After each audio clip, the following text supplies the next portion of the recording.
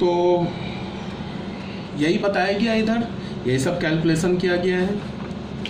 यहाँ पे आंसर में इन्फाइनाइट सच मैट्रिसेस भी exist which will commute with A, और उसके आंसर को आप कैसे लिख सकते हो ये मैंने अभी बता दिया। ऐसे ये आंसर के फॉर्म में लिख सकते हो, where A and C are real number, और ये बी मैट्रिक्स लिखा दो।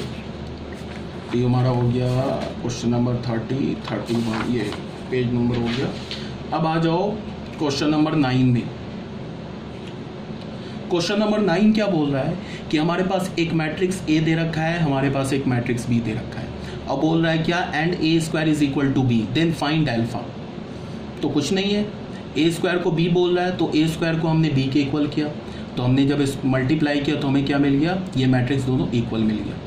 तो अब कुछ बच्चे क्या करेंगे कि a11 के दोनों साइड से हमने a11 एलिमेंट उठाया, उसको इक्वेट कर दिया। तो अल्फा स्क्वायर किसके इक्वल होगा, 1, alpha is equal two plus minus में। कुछ बच्चे बोलेंगे alpha is equal two plus minus answer हो गया, बट ऐसा नहीं है।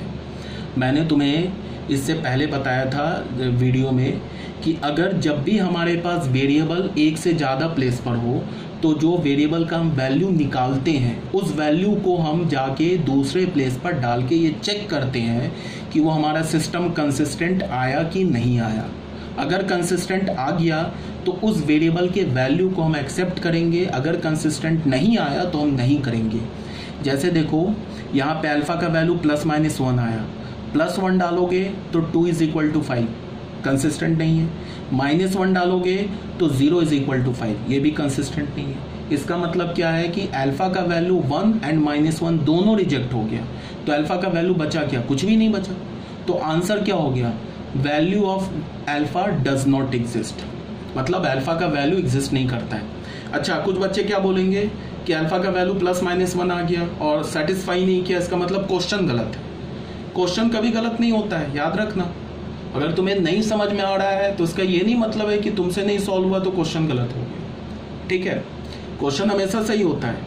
अल्फा का वैल्यू निकला नहीं, value of alpha does not exist, ये हमारा आंसर हो गया, ठीक है ना। तो ये भी बात हो गई, क्वेश्चन नंबर 9 सॉल्व कर लिया हमने। अब हम लोग क्वेश्चन नंबर 10 पर आते हैं। क्वेश्चन नंबर 10 क्या बोल रहा है, इसको देख लो। If A B is equal to B and B A is equal to A, then prove that A square plus B square is equal to A B.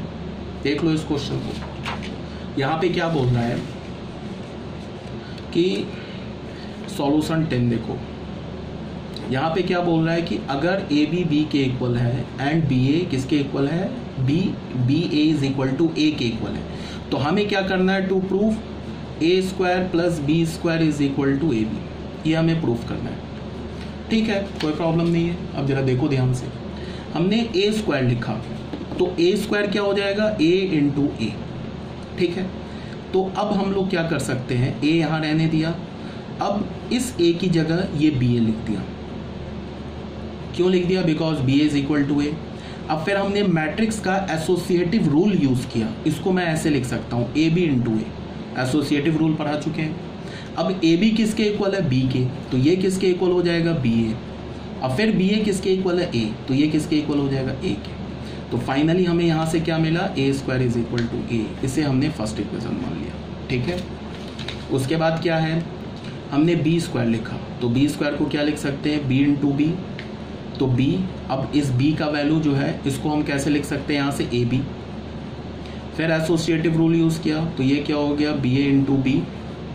अब फिर बी ए को क्या लिख सकते हैं, ए, तो ये क्या हो जाएगा, ए बी। फिर ए बी किसके इक्वल है, बी के, तो ये क्या हो जाएगा, बी। तो यहाँ से हमें क्या मिला, B square is equal to B, ये हमारा सेकेंड इक्वेशन आ गया। तो फ्रॉम 1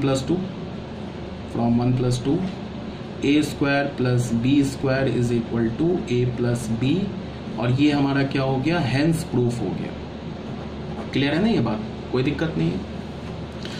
अब यहाँ पे क्या है, एक छोटा सा पॉइंट और है कि अगर क्वेश्चन में होता कि a पे पावर 100 प्लस b पे पावर 100 बताओ क्या है, ये पूछता, तो ये भी जो होता हमारा a प्लस बी के इक्वल ही होता। क्यों होता, वो ऐसे तुम देख लो, अगर a स्क्वायर a के इक्वल है तो a क्यूब क्या है हमारे पास, a स्क्वायर इंटू ए, और फिर a स्क्वायर किसके इक्वल है, a के, तो a इंटू ए, फिर ये क्या हो गया, a स्क्वायर, फिर ये किसके इक्वल हो गया, a, तो a क्यूब भी a आ गया ना।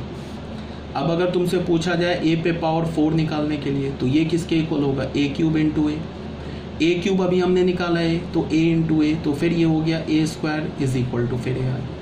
तो इसका क्या मतलब है कि ए पे पावर के किसके इक्वल होगा, ए के, वेयर के क्या होना चाहिए, is greater than equal to 1। अच्छा 1 भी होगा तो भी सेटिस्फाई कर जाएगा, ए पे power 1 is equal to A, and K belongs to natural number. K तो नेचुरल नंबर ही होगा, अगर नेचुरल नंबर नहीं होगा तो फिर उसका पावर डिफाइंड ही नहीं होगा मैट्रिक्स का। तो ये तो बिल्कुल ऑब्वियस सी बात है। इसी के according B to the power K B भी के ही होगा, ठीक है। तो अब अगर तुमसे पूछा जाता ए पे पावर 100 प्लस बी पे पावर 96 पूछा जाता, तो ये भी ए प्लस बी ही होता, क्योंकि ए पे पावर 100 भी ए होता, बी पे पावर 96 बी होता, तो ए प्लस, तो ये किसके इक्वल हो जाता, ए के, ये किसके इक्वल हो जाता, बी के। तो ये भी क्लियर होना चाहिए यहाँ से।